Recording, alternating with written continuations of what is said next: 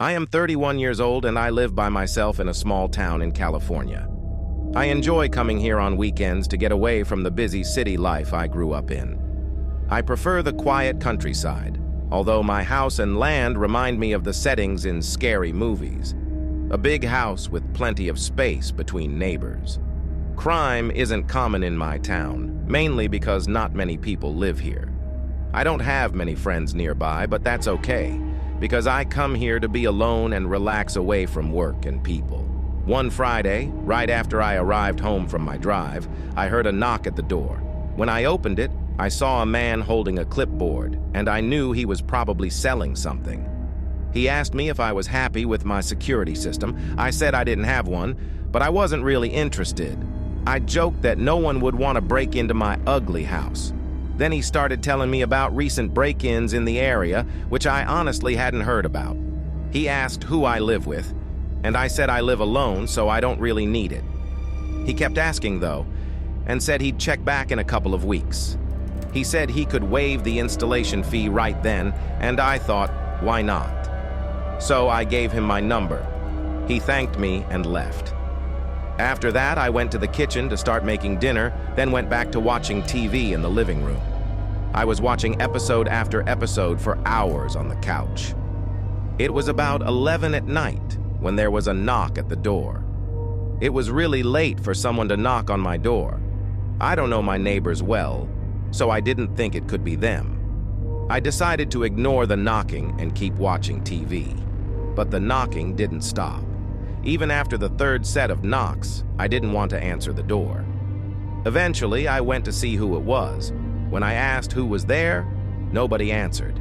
It felt like something out of a scary movie. I didn't want to risk opening the door to find out who it was. So, I shouted through the door that I wasn't interested in anything they were selling and that I had a gun, even though I didn't really have one. I hoped it would scare them off. It seemed to work because the knocking stopped, and I went back to watching TV. Then my cell phone rang.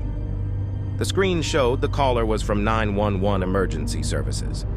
I'd never gotten a call from 911 before, and I didn't even know it was possible. I always thought if the police called, it would show up as no caller ID or something. I answered, and a man asked if I was George. I said yes. He told me he was from the police department and said there were officers outside my house. They wanted to ask me some questions about a crime on my block. Something didn't feel right. I asked the person claiming to be from 911 to tell the police to go to the window so I could see them before opening the door, but he said he couldn't do that. The officers were already outside, which didn't make sense. I decided not to answer their questions and hung up. Even if it really was the police, I didn't have to talk to them. But everything about this seemed like a trap. They called me again from the same number. I didn't answer and turned on my phone's silent mode. I got worried and called 911 to check if those calls were real. The person at 911 said they weren't real. They told me to lock all doors, find something to defend myself with, and wait inside until the police came. While I was talking to 911, I heard someone trying to open the back door. Then they started banging on the door really loudly. I told the person at 911 about this. They said the police would arrive in less than 10 minutes, but I needed help right away. I went to the door and yelled, "Do you want to explode?" Then someone on the other side shouted, "It's the police! Open up!" and banged on the door again. Unlike the front door, the back door is beside a window. So I peeked out and saw two masked men trying to break in.